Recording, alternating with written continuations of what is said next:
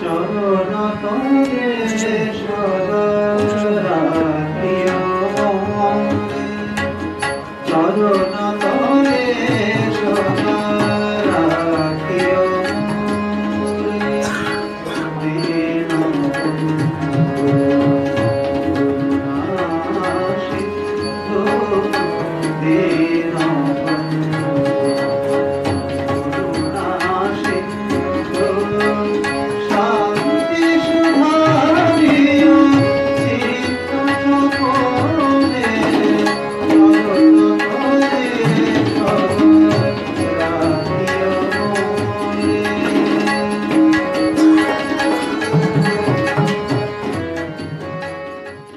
যেখানে যে বাড়িটিতে বসে আছি এটি রামকৃষ্ণ ভক্তমণ্ডলী সাধু সন্তের পক্ষে একটি পরম তীর্থস্থান।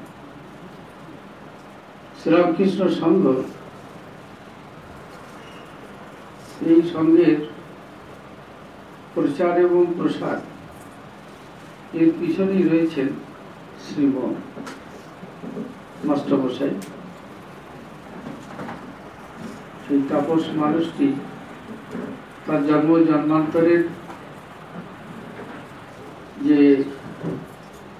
ঈশ্বরের প্রতি নিবেদিত প্রাণ ছিলেন সেটা কথাগুলি তো পড়লে বোঝা যায় আর কি।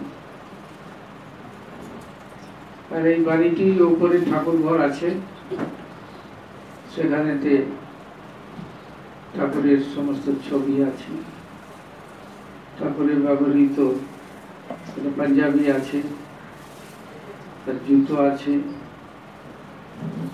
চপের মালা আছে, এ সমস্ত জিনিস এরা খুব ভালোভাবে সংরক্ষণ করেছেন। মায়েরও চুল আছে, নখ আছে, মায়ের সিঁদুরের কৌটোটা আছে, যেমন তিনি স্মৃতিতে সিঁদুর দিতেন। এ সমস্ত ছোট পায়ের ছাপ আছে। আর মা এই বাড়িতে বহুবার এসেছেন এবং থেকেছেন। মায়ের কাছে মাস্টারমশাই স্ত্রী নিকুঞ্জ দেবী, তিনিও যে মায়ের কাছে থাকতেন, ঠাকুর বলতেন, তিনিও মায়ের কাছে থাকতেন। ঠাকুরের শরীর যাবার পর যখন মা একটু তীর্থে গেলেন, ঠাকুরের কয়েকজন সন্তানও ছিলেন, তার সঙ্গে নিকুঞ্জ দেবী গিয়েছিলেন এবং বৃন্দাবন গিয়েছিলেন, বারাণসী গিয়েছিলেন, বৈদ্যনাথ গিয়েছিলেন। তারপরে যখন ফিরে এলেন তখন তো মায়ের কোথাও থাকার জায়গা নেই, এই বাড়িতেই মা এসে উঠলেন এবং এরা পরম ভক্তি করে মাকে সেবা করেছেন। সেই জন্য আমাদের এই বাড়িটি আমাদের কাছে একটি তীর্থস্থান। মায়ের চিন্তা চেতনা, মায়ের আশীর্বাদ, মায়ের ভালোবাসা এই বাড়িটিতে একবারে যেন বাড়িময় হয়ে রয়েছে, তা বিশ্বাস করতে হবে। এখন মায়ের কথা ভক্তরা ইদানিংকালে তো বেশ পড়াশোনা করে। আগে তো পড়তো না, এখন পড়াশোনা করে। তার কারণ হচ্ছে মেয়েদের এডুকেশনটা বেড়েছে। তো প্রথমত আগে বইয়ের অভাব ছিল, দ্বিতীয়ত পড়ার মতো যোগ্যতা ছিল না। এই জন্য এখন ভারতবর্ষের সমস্ত ভাষাতে, সমস্ত বললে ভুল হবে, মেজর ল্যাঙ্গুয়েজেস যেগুলো, সেগুলো তো সব বই বেরিয়ে গেছে। আর এই মায়ের কথা, মায়ের জীবনী, এর কাটতি হচ্ছে সবচাইতে বেশি। সত্যিকারের মায়ের কথা বলতে বলেছেন এরা। এটা একটু ব্যাকগ্রাউন্ড রয়েছে, তার আগে বলি। এবারে শারদীয় আনন্দবাজার একটা লেখা আছে আর কি। লেখার মধ্যে যে দুঃখ এবং বেদনা রয়েছে একটি, কামারপুকুরে যখন এই সংসার, সন্তান, এসব কথা হচ্ছে, ঠাকুর বলছেন হয় মরে যায়। তখন মা বললেন সবগুলোই কি মরে? তখন মাস 14 বছর বয়স, শুনে বলে ফেলেছে আর কি। তখন ঠাকুর বলছেন, ওরে রাজে পা পড়েছে। হ্যাঁ, এর একটা দুঃখ বেদনা আছে যে রানী মা হতে পারলো না, তার তো একটা বেদনা আছে, যা স্বাভাবিক। তো ওইটা লেখা রয়েছে। সেই আমি গল্পটি পড়ছিলাম, একটি বিয়ে বাড়িতে সবাই এসেছে, এই ভদ্রমহিলাও এসেছেন, খুব বড় লোকের বাড়ির বধূ, প্রচুর গয়না টয়না পরে এসেছেন, চেহারা খানিও খুব সুন্দর, একবারে মাতৃবৎ। কিন্তু তার কানে এসেছে যে এই যে বিয়ে বাড়িতে এসেছে, বিবাহের যে সমস্ত ওই শুভ কর্মগুলি, ও যেন সেখানে না আসে। তখনকার দিনে এরকম একটা ধারণা ছিল যে মা হতে পারেনি এমন মহিলা, মেয়েরা যে সমস্ত বিবাহকে কেন্দ্র করে শুভ অনুষ্ঠানের যেগুলোকে অঙ্গ বলে ধরা হয়, এখনো হয়, এখনো উঠে যায় না, কোনো দিন উঠে যাবে না। তার কানে এসেছে, সে এটা জানতো না, জানলে পরে সে হয়তো এই বাড়িতে আসতো না, কিন্তু সে এসেছে এবং শুনে তার দুঃখ হয়েছে খুব। আবার সে বিশ্বাস করে, এটা যখন বলছে আমার উচিত হবে না ওই সমস্ত অনুষ্ঠানে আমার মুখটাকেও সেখানে দেখুক।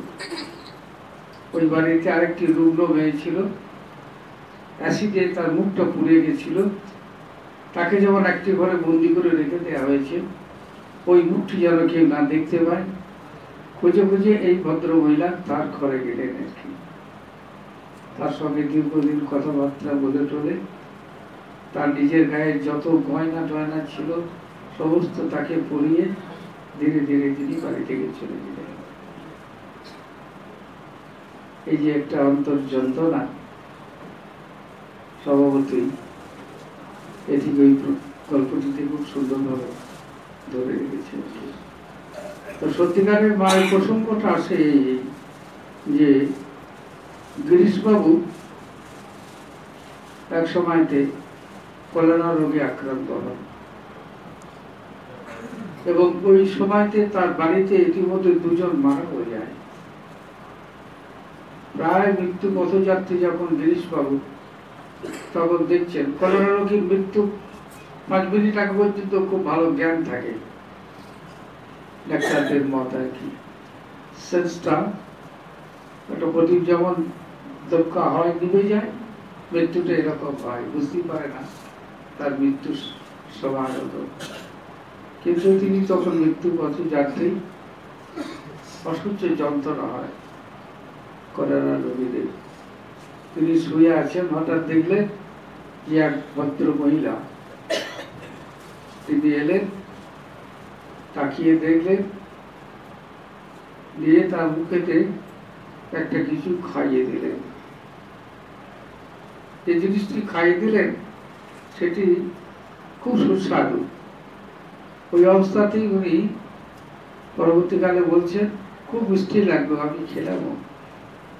তারপর মুখের দিকে তাকিয়ে দেখলাম, প্রথমে মনে করেছিলাম আমার মা যিনি মৃতা, আমার মৃত্যুর সময় আমাকে নিয়ে যেতে এসেছেন, ছেলের প্রতি একটা টান থাকে তো।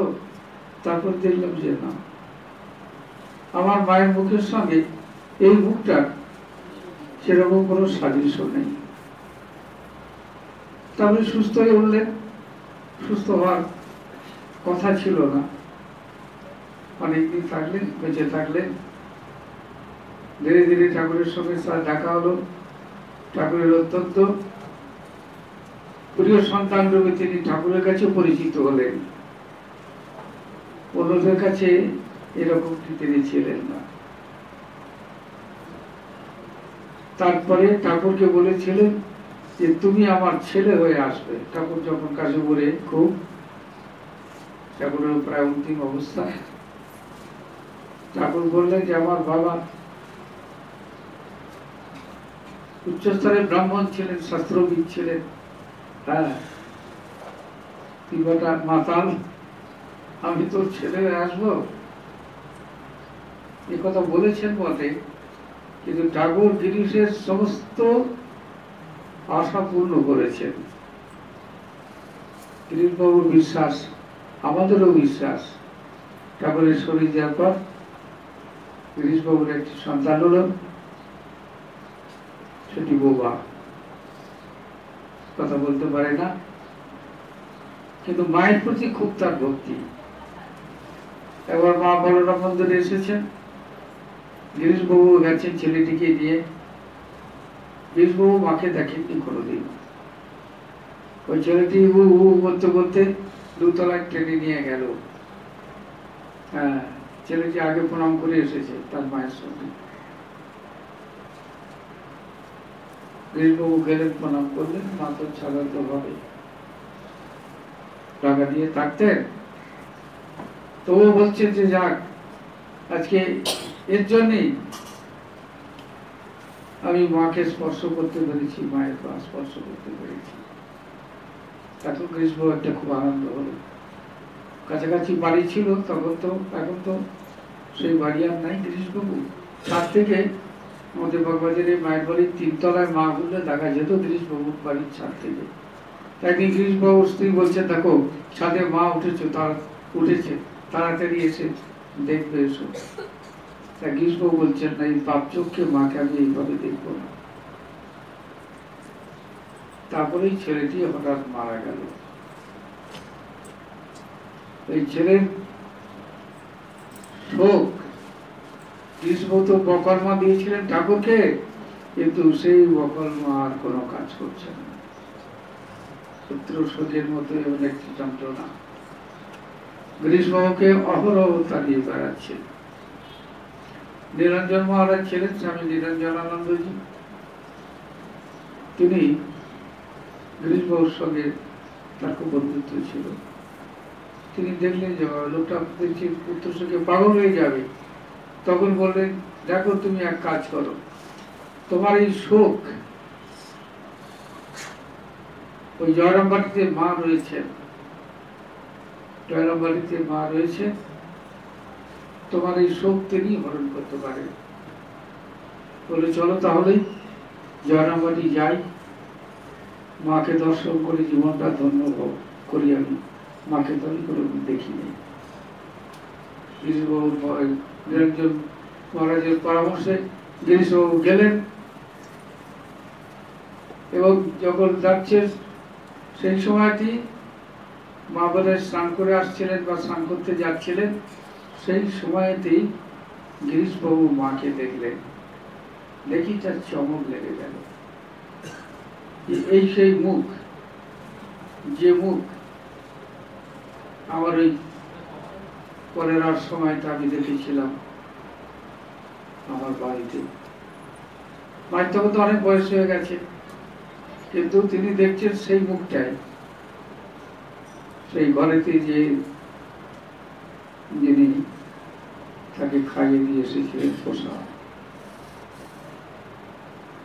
মাকে দেখে অবাক হলেন।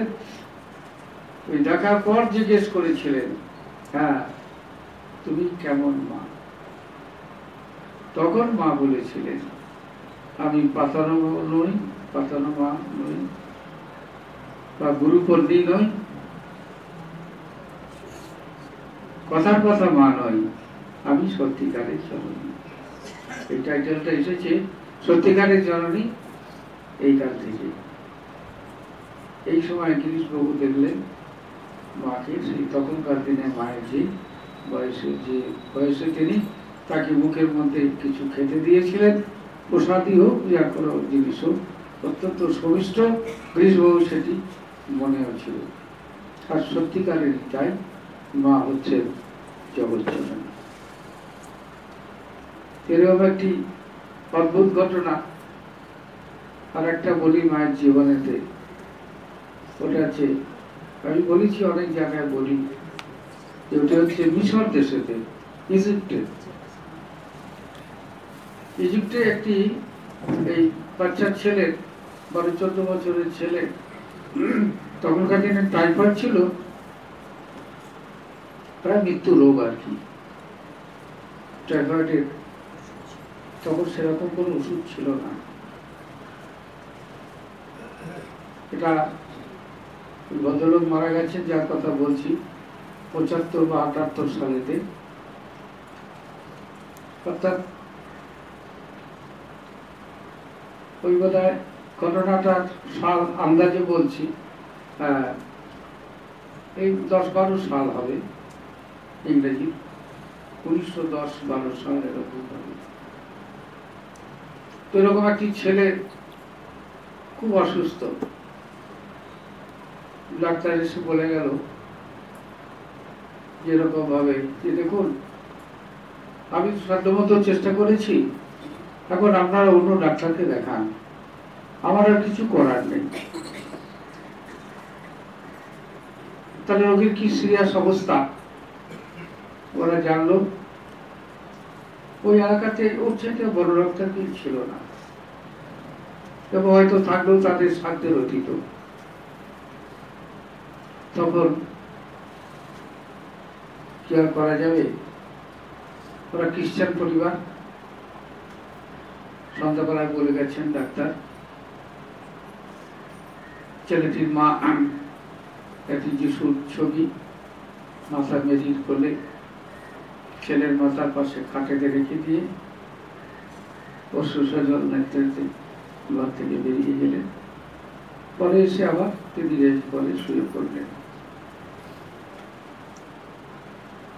তারপরে ছেলেটি তখন ঘুমায় নাই, এই গ্রীষ্মবাবুর মতো অবস্থা, আদৌ নিদ্রিত আদৌ জাগরণ অবস্থা। ছেলেটি দেখছেন একটি অদ্ভুত প্রকৃতির মহিলা, যার পোশাক ইংরেজিতে ছিল, আমি পড়েছিলাম ওটা হোয়াইট রোব, ওই লিখছে পরবর্তীকালে ছেলেটি লিখছে। তো এরকম তখনকার দিনের বিধবার পোশাক, সেইভাবেই তার কাছে গেছে। কোথায় জয়রাম ভাটিয়া, কোথায় মিশর। তারপরে ছেলেটির দিকে তাকিয়ে রয়েছেন, ছেলেটির চোখটা খোলা। তখন মা কয়েকবার তার মাথা থেকে আরম্ভ করে পা পর্যন্ত এরকম করে ও হাতটা তুলিয়ে দিলেন, খুব ভালো করে একবার দেখে ঘর থেকে বেরিয়ে গেলেন। ছেলেটি অবাক, কি স্বপ্ন দেখছি নাকি। মহিলা এরকম পোশাকের মহিলা, বন্ধ করুন, করে রাখুন। পোশাকের মহিলা তো দেখেনি তারা কোনোদিন, ওই দেশে তো এই পোশাকই জানে না।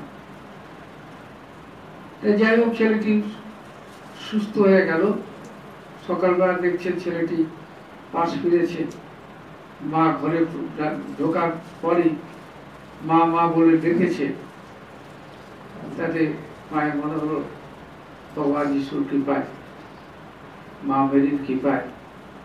আবার ডাক্তারবাবু লাস্ট ডোজ যে মেডিসিনটা দিয়েছিল সেটির জন্য ছেলেটি আজ অনেক সুস্থ হয়ে গেছে।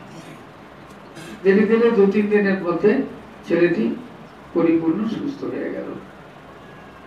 তারপর বড় হয়েছে, লেখাপড়া শিখেছে, চাকরি বাকরি করছে। আমাদের একটা ইন্ডিয়ান স্টুডেন্টস আরো আমেরিকায় চাকরি করে, ভারতীয় যুবক আরো খুব বন্ধু। তখন ওই ছেলেটিকে বলছে, দেখো আমি একটা ইন্ডিয়ান মনেস্ট্রিতে যাব, হ্যাঁ তুমি যাবে আমার সঙ্গে। আমাদের দেশের একটা ওখানে সাধু সংঘ রয়েছে, আমি মাঝে মাঝে ওদের কাছে যাই। বলে চলো, আমি তো কোনদিন ইন্ডিয়ান মনেস্ট্রি দেখিনি, দেখে আসি সন্ন্যাসীরা কেমন, ইত্যাদি ইত্যাদি। ইংরেজি কি কথাবার্তা হচ্ছে আর কি। আমার দুজনে এসেছে, আমাদের দেশের ছেলেটি সাধুদের সঙ্গে কথাবার্তা বলছে, আর ও একটু ঘুরে দেখছে টেকছে। আমেরিকার কোনো সেন্টার নাম মনে নেই। আমাদের প্রত্যেক জায়গাতেই আমাদের ঠাকুর মায়ের সব ছবি টবি থাকে, শোরুম, সেখানেও কিছু ছবি টবি থাকে। ওইখানে মায়ের এই ধুতি একবারে লম্বা চেহারা, দাঁড়ানো চেহারাটা দেখে সে চিৎকার করে উঠেছে। ওর সব বেরিয়ে এসেছে, কি হলো কি হলো তোমার, হঠাৎ চিৎকার করলে? বলে ইনি কে, এনাকে আমি দেখেছি অনেক আগে থেকে। তারপরে এই ঘটনাটা ওই ভদ্রলোক বললেন চললেন, এবং পরবর্তীকালে এই সঙ্গে সঙ্গে তার যুক্ত হলো। তিনি এখান থেকে দীক্ষা গ্রহণ করলেন এবং একান্ত মায়ের পুত্র হয়ে সারা জীবন কাটালেন। এই অলৌকিকত্ব কাণ্ড অতি বিশ্বজননী আমরা বলি, তো সেই জন্য এইরকম একটি ঘটনার উপস্থাপনা করলাম যে হ্যাঁ, আজকে ভারতবর্ষের বাইরে কয়েক সহস্র, বলবো না কয়েক লক্ষ আছে যারা মাকে পুজো করে।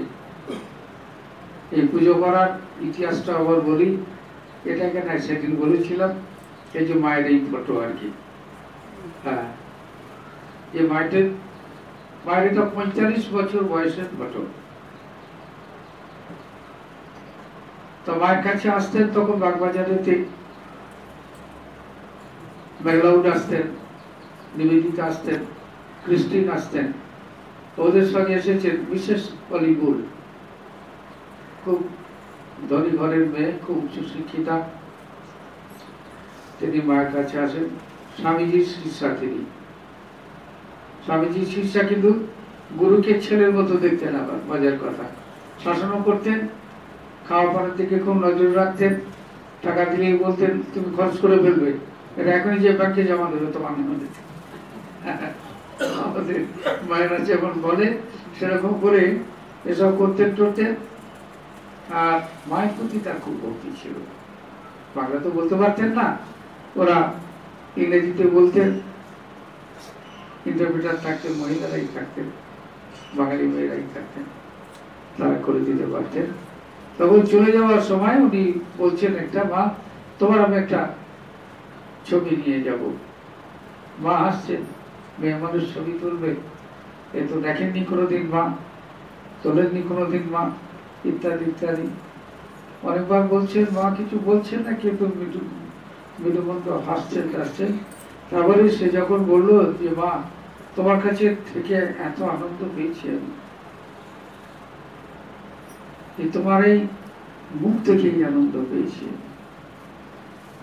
সম্ভবত এই আনন্দটুকুর জন্য আমি তোমাকে নিয়ে যাচ্ছি সেখানে, এখানে তো এরা পুজো করছে, আমিও তোমার পুজো করব।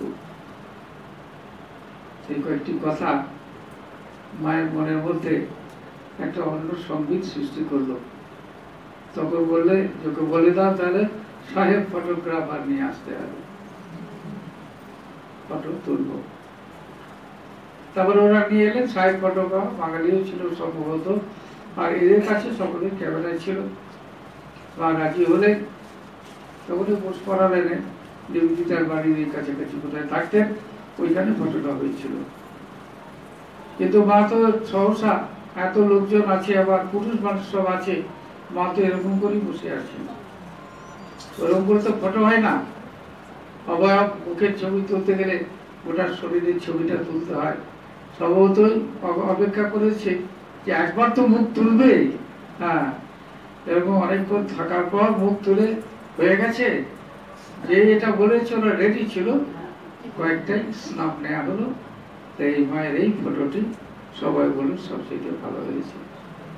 আজকের দিনে সমস্ত জায়গায়, গৃহস্থ বাড়ি হোক, আমাদের সমস্ত ঠাকুর মন্দির, বিভিন্ন জায়গায়, মানুষের বাড়িতে, সব জায়গায় এই মায়ের এই ফটোটি, এই নিবেদিতার চুল টুল সব ঠিক ঠিক করে টরে দিলেন, খুব ভালো করে মুখে ঘামটাম মুছিয়ে টুছিয়ে দিয়ে মাকে এভাবে বললেন, এভাবে স্ট্রেট বসে থাকতে হবে। কিন্তু মা তো এরকম তাকিয়ে থাকেন না, স্বভাবত অত্যন্ত তিনি লজ্জাবতী মহিলা। এটা দেখুন, ওই বিদেশিনী মহিলা আমাদের কি উপকার করে গেছে।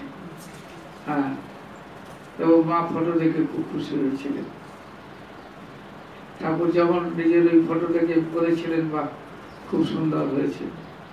সুন্দর বলতে যে খুব উচ্চ পর্যায়ে। হ্যাঁ, এবং ওই সময় তিনি স্পন্টেনিয়াস বলেছিলেন যে এই ছবি এক সময় ঘরে ঘরে পুজো হবে। তো মায়ের এই মা এই কথা বলেছিলেন কিনা জানি না, করি নাই। অনেকে বলে মাও বলেছিলেন এই ছবি খুব ভালো হয়েছে, এই ছবিও পুজো হবে। এই মায়ের মাহাত্ম আর কি। এই মাতৃ হৃদয় বলে একটি কথা রয়েছে, সব দেশে সব খালেতে। প্রকৃতি এইটাই হচ্ছে লীলা। আবার দুঃখ লাগে খবরের কাগজে যখন আমরা দেখি মা যাচ্ছে থানায়, ছেলের অত্যাচারে অত্যাচারিত হয়ে থানায় যাচ্ছে। এই আমাদের দেশ এখনো পর্যন্ত এই অবস্থা। জিম করবেটের কাহিনী আমি একটা বলি। করবেট খুব বড় শিকারী ছিলেন। ওই মায়ের কথাই সেখানে আছি। মানুষের মা না, পশুর মা। করবেটের লেখা পড়েছেন বলায় ভালো বই, আমি ওটা পড়েছিলাম, মাই ইন্ডিয়া। তাতেই ঘটনাটা ছিল আর কি। অনেক ঘটনা আছে। অদ্ভুত মানুষ ছিলেন, মনপ্রাণে ভারতীয় ছিলেন। ভারতবর্ষের প্রতি যে ভালোবাসা, অপূর্ব ভালোবাসা তার ছিল। তখনকার দিনে বিখ্যাত শিকারী জিম করবেট পার্ক রয়েছে, তার নামেতে অনেক স্মৃতি আছে। নমস্য ব্যক্তি। তখনকার দিনে বাঘ মারতে হতো। ম্যাগিটা রয়েছে তো বাঘ, বাঘ না মারলে বহু মানুষকে খুন করবে, খেয়ে নেবে। এখন মানুষ খুন করলে কিছু হয় না, গড়ে দিনে 2 বা 3টে করে খুন হয় আমাদের এই পশ্চিম বাংলায়। ওটা কিছু না, বাঘ মরে গেলে মুশকিল পড়বে। হ্যাঁ, কিন্তু মানুষ মরে গেলে ওটা কিছু আবার হবে। জিম করবেটকে পাঠিয়েছে যে কুমায়ুনের একটি জায়গায় ম্যানিটার সে ঘুরছে প্রায় 30-40 কিলোমিটার বাকি। তো উনি তো জানতেন সমস্ত, বহু সব জায়গায় তিনি থেকেছেন। এবার একটি জায়গাতে তিনি পজিশন নিয়ে বসে আছেন, জেনারেলি যেখানে জল খেতে আসে। ওদের টাইম বাউন্ড আছে আর কি। বাঘ যখন আসবে অন্য জন্তুরা আসবে না, অনেক দূর থেকে তারা অবজার্ভ করছে আর কি। লক্ষ্য করেছি যে হ্যাঁ, এখানে পায়ের ছাপ টাপ রয়েছে, রস্ত আসবে। কিন্তু ওই সময় তো একটা অপেক্ষা, তখন তাদের আসার কথা নয়, কিন্তু তিনি অপেক্ষা করছে। দেখছেন একটি ছাগলের বাচ্চা 2-3 দিনের, সে এই দিক থেকে আসছে, আর একটি বাঘও তার দিকে এগিয়ে যাচ্ছে আর কি। ছাগল তো বাঘ দেখেনি, আর বাঘ তো ছাগল দেখেছি জঙ্গলের মধ্যে। বাচ্চাটা আসছে, বাঘও এগিয়ে যাচ্ছে।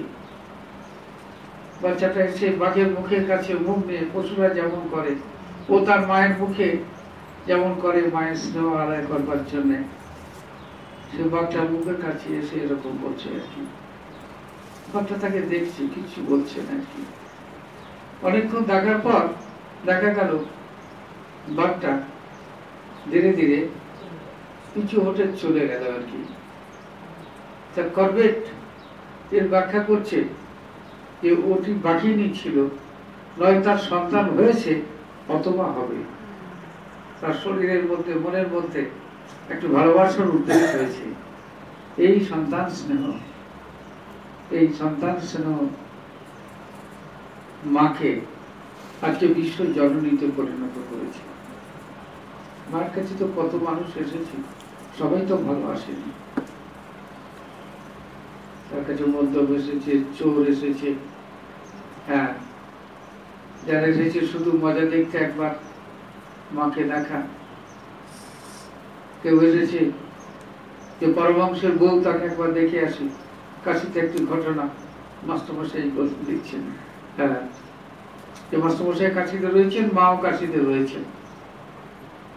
মা থাকতেন এই কিরণ দত্ত আছে বাগবাজারে, ওদের লক্ষ্মী নিবাস বলে একটি বাড়ি আছে। ভক্তরা অনেকে যে সেখানে থাকে, আপনি ব্যবস্থা করে দিন সেখানে থাকার। একটি খুব যুবক ছেলে, খুব ভক্ত, মাস্টারমশাই খুব স্নেহ করতেন। যে বলছেন যে মাস্টারমশাইকে বলছেন এরকম ভাবে, মাকে দর্শন করতে যাবো একবার, মায়ের দেখা হবে। বলে হ্যাঁ, মাকে যাও। তো ওই লক্ষ্মী নিবাসে চলে যাও, মা তো রয়েছেন ওখানে, মা গেলে দেখা হবে, মায়ের সঙ্গে দেখা হবে। মা তো প্রতীক্ষা করে থাকেন ভক্তরা আসবে। বাড়িতে একদিন কেউ না গেলে মা সন্ধ্যের সময় বলতেন আজকে দিনটা বৃথা গেল, একজনও গেল না। আবার এমন হয়েছে ওইটি কথা বলার পর কিছুক্ষণের মধ্যে দু একজন হাজির হয়েছে। মাস্টারমশাইয়ের কথা শুনে তিনি গেছেন। এক সময় ভক্তরা আসে,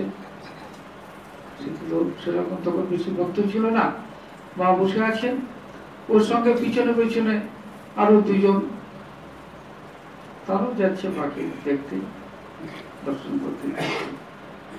যে দেখলে মা বসে আছেন সর্বাঙ্গে একবারে ঢাকা দিয়ে, তো ও যে ফিরে গেল, এক ছেলে একটি, মাস্টারমশাই খুব ব্যাকুল হয়ে বসে আছেন, কি দর্শন হলো? তো বলে মাকে দর্শন হলো কিনা জানি না, একটা কাপড়ের পুঁটলিকে দেখলাম। ওইরকম অবস্থা। বলি তাই নাকি? আচ্ছা, তুমি মাকে দেখতে পেলে না? মাস্টারমশাই জানতেন যে খুব বড় আধার, খুব শুদ্ধ ছেলেটি। আচ্ছা, তুমি একলা গেছিলে? বলে না, আমি একলা যাইনি, আমার সঙ্গে আর দুজন ছিল। তুমি তাদের চেনো? বলেন আমি চিনি না, তারা মাকে দেখতে গেছিল ওখানে। বলো আচ্ছা আচ্ছা আচ্ছা আচ্ছা, আচ্ছা কালকে আবার যাও। বললেন উনি কালকে গেলে দেখছেন মা দরজার কাছে ওই সিটলির ওইটা ধরে দাঁড়িয়ে রয়েছে। সমস্ত মুখ টুক খুলে গেল ছেলেটি, যে মাকে প্রণাম করলো, মা কিছু কথাবার্তা করলেন, মা মাথায় হাত দিয়ে আশীর্বাদ করলেন। ছেলেটির খুব আনন্দ। মাস্টারমশাইকে বলছে, না আজকে খুব ভালো, মা অনেক আদর করেছে, মা অনেক আশীর্বাদ করেছে। বলে কি জানো, কালকে যারা গেছিল তারা পরমহংসের বউকে দেখতে গেছিল, তারা আমাদের মাকে দেখতে যায়নি। হ্যাঁ, এই মাকে দেখতে যদি যেত তাহলে পারে মা তো দর্শন দেওয়ার জন্য সদা প্রস্তুত হয়ে রয়েছে। সর্বত এই মায়ের ভালোবাসা। জীবজন্তুর মধ্যে ওই যে ওটি বললাম, আমি এক সময় সারাকাছিতে ছিলাম, আমার একটা বড় চিড়িয়াখানা ছিল, শতাধিক নামি দামি পাখি ছিল, হরিণ ছিল, ময়ূর ছিল, আরো বিভিন্ন রকমের ইত্যাদি ইত্যাদি। স্কুল বাড়ি থেকে একটা পাখির বাচ্চা পড়ে গেছে আর কি, ঝাড়ু দিচ্ছিল, সে আমাকে দিয়ে গেল, এই পাখির বাচ্চাটা পড়ে গেছে, এ তো মরে যাবে। মানে দেখ ওর মা যদি বাঁচাতে পারে। বলে কোথায় ওর মা? তার মা ঠিক এসে যাবে। বকুল গাছ ছিল, খুব বড় বকুল গাছ, সেখানে একটা জায়গাতে আমি ওই খাঁচায় ভরে ওই বাচ্চাটাকে রেখে দিলাম, জল দিলাম। ওর অন্য খাওয়ার মতো ক্ষমতা নেই। আর এই তারের খাঁচা যা হয়, আমি একটু ওই ওটা ফাঁক করে দিলাম তারগুলো। এখানকার বাচ্চা মানে মা ঠিক এসে যাবে। পাখিদের পর্যবেক্ষণ শক্তি খুব বেশি, পর্যবেক্ষণ শক্তি। আমি আড়ালে বসে আছি, তোর মা যদি সন্ধান পায় তাহলে ও আর মরবে না, তারপর মরে যাবে।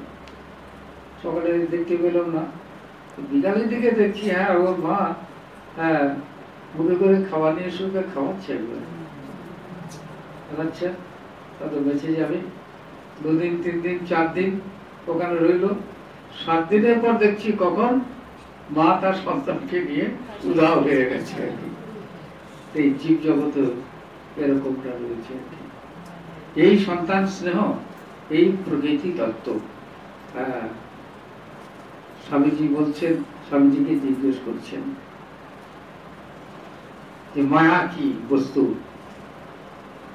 স্বামীজি বলছে প্রকৃতির একটা প্রভাব রয়েছে মানুষের জীবনেতে। এই মায়াতে আসল জগতের স্বরূপটাকে আমরা দেখতে পারি না। আমরা আমাদের দৃষ্টিতে যেটুকু ভালো লাগে সেটুকুকে আমরা দেখি, কিন্তু একটা মায়া রয়েছে, জগৎকে বাঁচিয়ে রাখার জন্য একটা মায়া রয়েছে।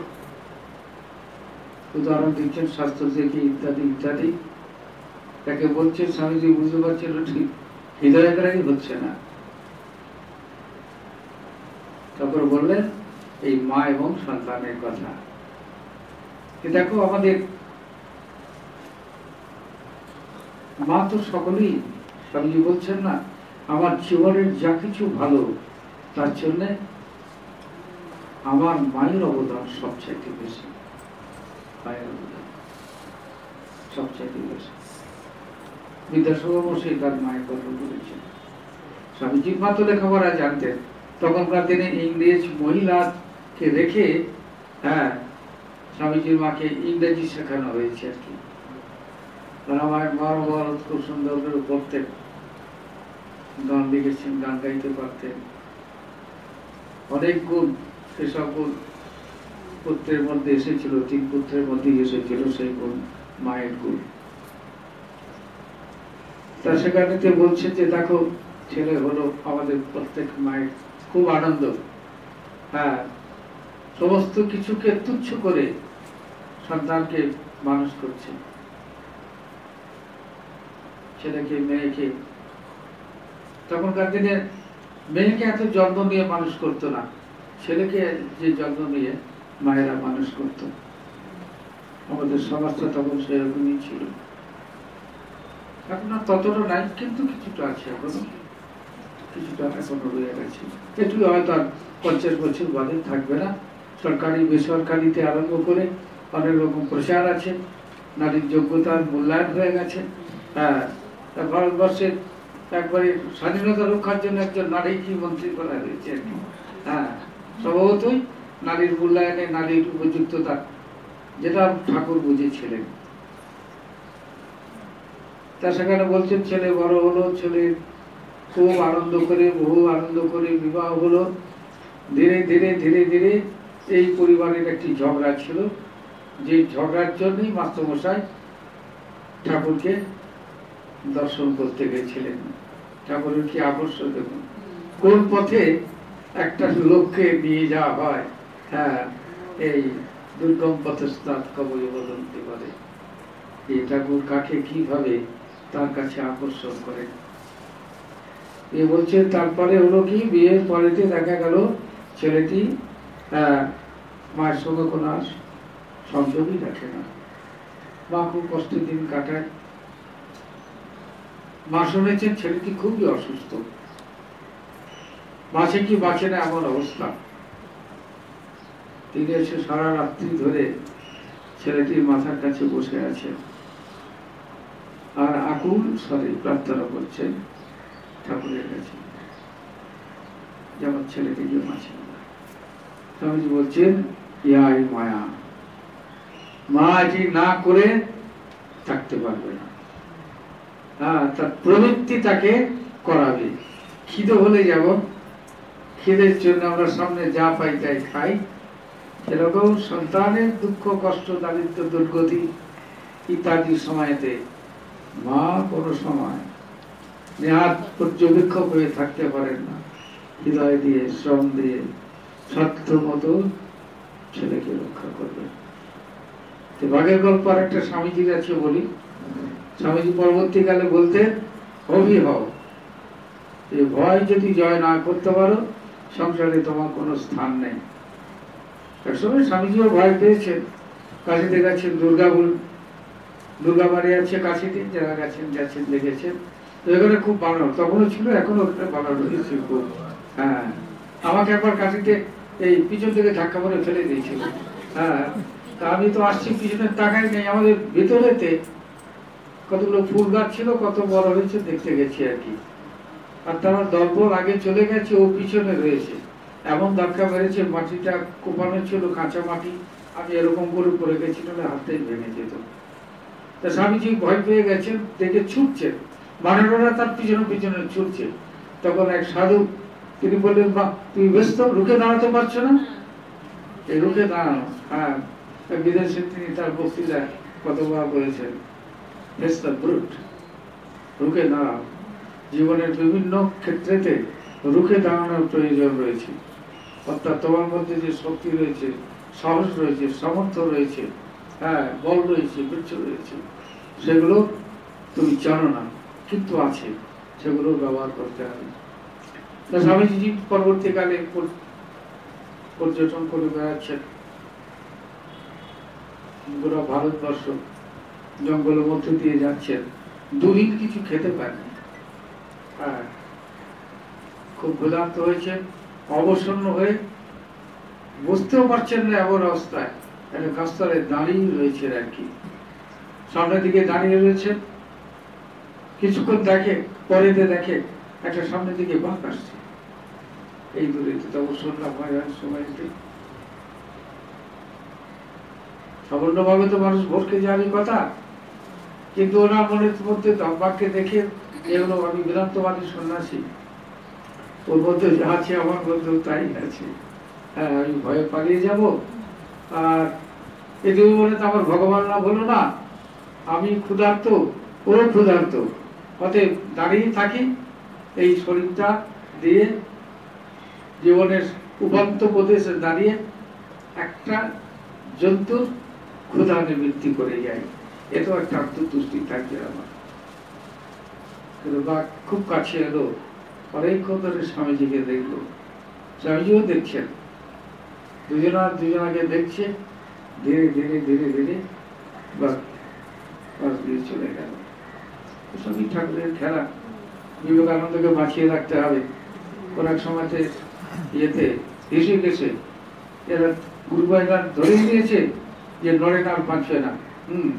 তখন তো তারা সন্ন্যাসী সবাই, ইতিমধ্যে কোথা থেকে এক সাধু এলো, তার ঝোলার মধ্যে সে কি বার করে একটু মধু দিয়ে এরকম মেরে টেরে খাইয়ে দিয়ে কিছুক্ষণ বসলো টসলো, তখন স্বামীজি চোখ খুলেছেন, বলে যাক বেঁচে গেছে, বলে সাধু বেরিয়ে চলে গেল আর কি। তা মায়ের জীবন, মায়ের দুটি জীবন ছিল, একটি জীবন সাধারণ লৌকিক জীবন, ঠাকুর বলছেন না ছাই চাপা বেড়াল, ছাই গাদায় যদি ছাই রঙের বেড়াল শুয়ে থাকে তাকে দেখা যায় না, ছাইয়ের সঙ্গে এক হয়ে যায়। এই সংসারে তিনি সাধারণভাবে যে কর্মনীয় থাকতেন, মায়ের কাছে যারা খুব পরিচিত ছিল তারাও মায়ের নিন্দা সমালোচনা করতো, মজার ব্যাপার। মাকে এমনও বলছেন যে মা তুমি তো দেখছি ঘোর মায়ায় আবদ্ধ, মানে তাদের সাহসও কম ছিল, হ্যাঁ, যে কিরকম সাহস ছিল যে তারা মাকে এসব করতে। তা মা এক সময় বলেছিলেন নিজেই তো মায়া। সংসারের এই কর্ম দিয়ে তিনি দেখালেন এই যে সমস্ত কর্মই, কোন কর্মটা বৃথা যায় না, প্রত্যেকটি কর্মের তো একটা ফললাভ আছে। সংসারে যে কোনো কর্ম, সেই কর্মটাই তো একটা সকলের কল্যাণের জন্য, সকলের মঙ্গলের জন্য। এই সমস্ত কর্ম তিনি করতেন, কিন্তু তার আর একটি জীবন ছিল যেটি তিনি মনে মনে মনে মনে তখনকার দিনে ধরুন গৃহকর্ম, সে ভোরবেলা থেকে উঠে রাত্রি পর্যন্ত সেসব কাজ তো আপনারা মায়েরা বাড়িতে যা করে, অল্প বয়স্ক যাদের বয়স হয়েছে, যারা বাড়িতে যা করে মাকে সেটাই সব করতে হতো। এত লোক ছিলেন কিন্তু মা নিজেই করতেন, সাহায্য ছিল কিন্তু মা নিজে করতেন। তারপরেও তিনি 1 লক্ষ জপ করতেন। এই ধর্ম এবং কর্ম, হ্যাঁ, এই সংসারে মা বলতেন অশান্তি অশান্তি করে সব করুক না, 1 লক্ষ জপ করুক, দেখুক অশান্তি কোথায় চলে যাবে তার ঠিক নেই। কিন্তু মায়ের সে আধ্যাত্মিক জীবন, আর মা এই কাজটা যে করতেন, এই মা সংসারের নিজের মনটাকে এইভাবে না সম্পৃক্ত রাখলে মায়ের শরীরটি থাকতো না। মায়ের মন সদা সর্বদা, শ্রীরামকৃষ্ণের শরীর যখন চলে গেল মায়ের মন উন্মান বোধ হয়নি, সেই সংসারে থাকার কোনো নেই। বেড়ে তীর্থ থেকে ফিরে এলেন, মাস্টারমশাই বাড়িতে থাকলেন, তারপরে ঠাকুর বলেছিলেন তুমি কামারপুকুরে যাবে, সেখানে শাক বুনবে খাবে, কারু গাছে চিতাত করবে না, কারু গাছে। মা অক্ষরে অক্ষরে এই জিনিসটি পালন করেছেন। প্রায় বছর 2 পরে যখন বাবুরাম মহারাজের মা কামারপুকুরে গেলেন, কেমন আছেন দেখতে, দেখিয়ে তিনি অবাক হয়ে গেলেন। মা যেটি পরে রয়েছে পরনের বস্ত্র, কত জায়গায় গিরে দেয়া আছে, এমন অবস্থা, এত দারিদ্র রয়েছে, এত কষ্ট রয়েছে। ওই লক্ষ্মী জলার কিছু ধান পেতেন, ওইটিকে দিয়ে কোনো ক্রমে তার গ্রাসাচ্ছাদন হতো, কিন্তু এর জন্য তার কোনো অভিযোগ ছিল না। তিনি বলতেন, এরকম সোনার মানুষ চলে গেল। আর এই পার্থিব বস্তু নিয়ে যা হয়ে থাকে, বিধবা ওই রামলাল দাদা, বাড়ির অন্যান্যরা রামলাল দাদাই বন্ধ করে দিল। 5 টাকা করে পাওয়া যেত, সেটা কোনো এখন শীর্ষ সামন্ত রয়েছে। এই সংসার, এই হচ্ছে সংসার। যাদের দেখার কথা, ঠাকুর ঘুরিয়ে বলেছেন, তুই ঘুরিকে একটু দেখবি কোথায়। হ্যাঁ, নিজেদের নিয়ে ব্যস্ত। তিনি মোটে আসতেন খুব, রাজা মহারাজ খুব স্নেহধন্য ছিলেন, ইত্যাদি ইত্যাদি। সাধুরা অশ্রদ্ধা ভক্তি করতেন, তিনি আমাদের কাছে প্রণম্য সত্যি বটে। কিন্তু ওই দুঃখের দিনেতে তার পাশে কেউ ছিল না। পরবর্তীকালেতে বাবুরাম মহারাজের মা দেখে আসার পরে যখন স্বামীজি এরা সংবাদ পেলেন, আশ্চর্যের বিষয়, ওরা মনে করেছেন ভক্তরা সব অনেকে দেখছে, বলরাম বাবু দেখছেন, ইত্যাদি ইত্যাদি। বলরাম বাবু ব্যবস্থা করেছেন, বৃন্দাবন যাওয়ার, বারাণসী যাওয়ার, বৈদ্যনাথ যাওয়ার, এই 3-4টি জায়গায় মা গেছিলেন, কয়েকদিন ছিলেন। পরবর্তীকালে বৃন্দাবনেতে আবার কতবার মাকে নিয়ে গেছেন। তখন মায়ের তো আর্থিক অবস্থা একটু ভালো হয়ে গেছে। এদের মিটিং হচ্ছে যে মাকে কিভাবে রাখা যায়। মাকে তারা দেখতেন জগৎ জননী হিসাবে, মায়ের রূপ তারা দেখেছেন, অলৌকিক রূপ তারা দেখেছেন। স্বামীজি দেখেছেন, স্বামীজি জানতেন। হ্যাঁ, স্বামীজি বিদেশে মায়ের কথা বলেছেন, সেই জন্য বারবার বলতেন ওই দেশ থেকে একটা জায়গা করতে হবে যেখানে মা এবং মেয়েরা, একটা মঠ করতে হবে সন্ন্যাসীদের জন্য। স্বামীজি কথা তখন কোনোদিন বলেননি, কিন্তু ঠাকুরের একটা মন্দির করতে হবে। যে ভদ্রলোক প্রমোদ দাস মিত্র, তার প্রায় 30-32 খানা চিঠি আছে স্বামীজি পত্রাবলীতে। সাধুদের যত্ন করতেন, টাকা পাঠাতেন, বইপত্র পাঠাতেন। যেখানে সাধুরা তপস্যা করতে যেত কাশিতে, তার বাড়িতে রাখতেন, তার বাগানে রাখতেন, চিকিৎসা করাতেন। স্বামীজি যখন বললেন যে একটা ছোট মন্দির করতে চাই তার স্মৃতির উদ্দেশ্যে, দাসবাবু বলছেন, সে কি আপনারা পরিব্রাজক সাধু ব্যস্ত রয়েছেন, আবার মন্দির কেন? বললেন না টাকা দেব না, কিন্তু টাকা তিনি দিলেন না। একটি মন্দির ঠাকুরের নামে করা যে কত প্রয়োজন ছিল সেটি মা বুঝেছেন। যখন প্লেগের সময় স্বামীজি বলছেন দরকার হলে মঠের জমি বিক্রি করে দেব, হ্যাঁ, তিনি সিরিয়াসলি বলছেন, আমরা গাছতলার সাধু যেমন ছিলাম সেরকমই থাকবো, দরকার নেই আমাদের কিছু। তখন মা বললেন, বাবা এ তো তোমার নয়, সম্পত্তি তো তখন মায়ের নামে দিচ্ছিল, এখনো আছে। দিয়ে স্বামীজিকে বলছেন যে দেখো বাবা, এরকম একটা সেবা কার্য প্লেগের জন্য মঠ বিক্রি করলে হবে না, কারণ এই মঠ ভাবি কালেতে বহু মানুষের কল্যাণে নিদান হয়ে থাকবে, দুনিয়ার লোক এখানে আসবে, কত শান্তি পাবে, কত আনন্দ পাবে। হ্যাঁ, মায়ের সে দৃষ্টি ছিল। মা এসেছেন তো দুর্গাপুজোর সময়তে, মায়ের অনুমতি নিয়ে দুর্গাপুজো হলো। মা বললেন, হ্যাঁ করো বাবা, দুর্গাপুজো করো, তবে তোমরা সন্ন্যাসী, এখানে কোনো পশু বলি দেবে না। তা মায়ের তো সেই মতো পুজো হলো, এখনো হয়, মায়ের নামে সংকল্প হয়। সদানন্দজি বলছেন এক ব্রহ্মচারীকে, এই গিনিটা যে মাকে দিয়ে প্রণাম করে আয়।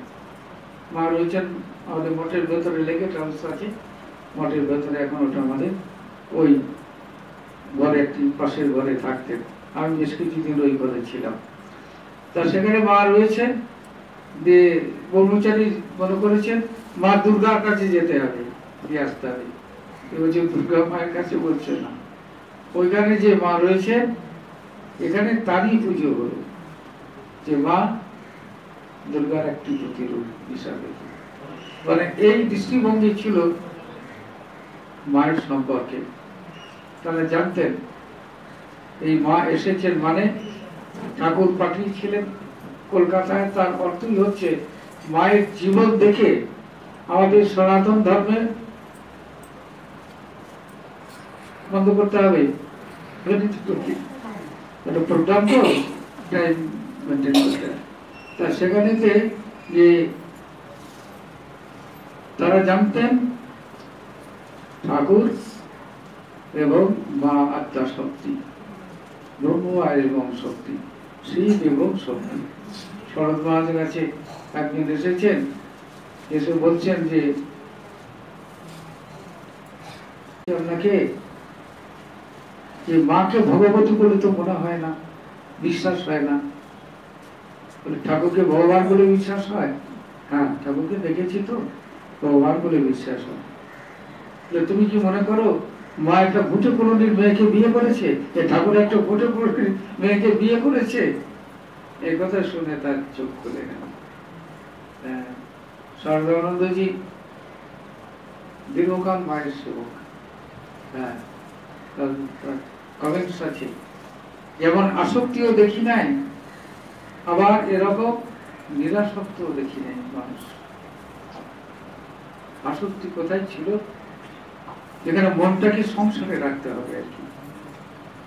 ওই যে রাধু মায়ের জীবনের একটা বিরাট অংশ জুড়ে, আমি একটা প্রবন্ধ লিখছি, দুটো বেরিয়ে গেছে ইয়েতে আমাদের সমাজ শিক্ষায়, আরো দুটো বেরোবে, যে কেন মা রাধুকে নিয়ে এত ব্যস্ত থাকতেন। রাধু হচ্ছে যোগ মায়া, ওই মায়া। এই সংসারে রাধুই তাকে টেনে রেখেছিলেন। টেনে রেখেছিলেন বলেই মা 65 বছর বেঁচে ছিলেন। 30 বছরের ফার্স্ট পার্ট জয়রামবাটি ইত্যাদি ইত্যাদিতে, আর 30 বছর রামকৃষ্ণ মঠ মিশন সম্পর্জননী হয়ে আসি। সেখানেও তিনি ছিলেন সুপ্রিম অথরিটি। স্বামীজি একটা ছেলে চুরি করেছে বলে ভাগিয়ে দিয়েছে, শেষে মায়ের কাছে আশ্রয় নিয়েছে, আপনারা জানেন। হ্যাঁ, বাবুরাম মহারাজ এসেছে, মা বলছে বাবুরাম ওকে নিয়ে যাও মঠে। আর গরিব মানুষ, তার চাকরি চলে গেলে, তার সংসারী মানুষ, বলছেন নরেন পাঠিয়ে দিয়েছে। তখন মা খুব গম্ভীর হয়ে বললেন, বলবো আমি বলেছি। তখন যখন ওকে বললো, তখন স্বামীজি বলছে যে আর কিছু বলার কিছু নেই, যা ওকে যে কাজ করতো লাগিয়ে দেয়। তা স্বভাবতই যে সঙ্গ জননী হিসাবে তিনি তাইও করেছেন।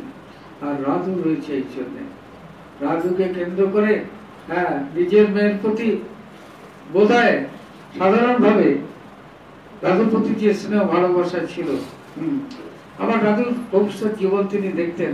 সেই রাজকোষাগার খুলে দেওয়া হয়েছে, মাকে বলছেন গুরুদেবের গুরু স্বামীজি, হ্যাঁ, তো বলছেন যে আমার কিছু দরকার নাই, এই বাচ্চা মেয়েটি যদি কিছু নিতে চায়, এই বলেই তার তিনি ঠাকুরের কাছে প্রার্থনা করছেন যে ঠাকুর রাধুর মন থেকে এই কিছুক্ষণের জন্য অন্তত পক্ষে এই সোনার প্রতি লোভ, এটা তুমি যেন সরিয়ে দাও, সে যেন এটার প্রতি আসক্ত না হয়। রাধুকে জিজ্ঞেস করালো তুমি নাও, কি নেবে, তোমার কোনটা ভালো লাগে? সে দেখে বলে এগুলো আর কি নেবো, আমার পেন্সিল হারিয়ে গেছে, পেন্সিল কিনে দেয়। এই মায়ের ওই আসক্তি সেটা রাধু মায়ের জীবনেতে এমন ঘিরে রেখেছিল, তাহলে মায়ের এই শরীর এতদিন কোনো কমই থাকতো না। যখন জননী হিসাবে তাকে প্রতিষ্ঠিত হতে হবে, সেই জন্য তার স্নেহ, তার ভালোবাসা মানব কল্যাণের জন্য তিনি আত্মনিয়োগ করেছিলেন। জগতের হাজারো দুঃখ তিনি টেনে নিয়েছিলেন যতদিন জয়রামবাটিতে ছিলেন, যতদিন এই বাগবাজারে ছিলেন।